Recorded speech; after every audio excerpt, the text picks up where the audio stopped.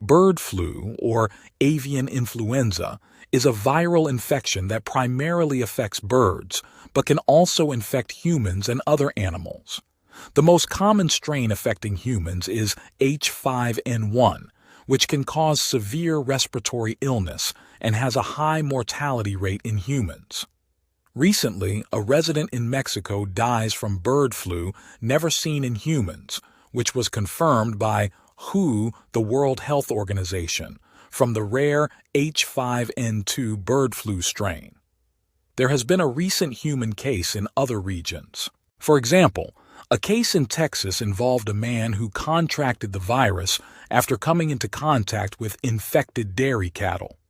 This is significant as it marks one of the few instances of H5N1 transmission from cattle to humans, with previous cases mostly involving direct exposure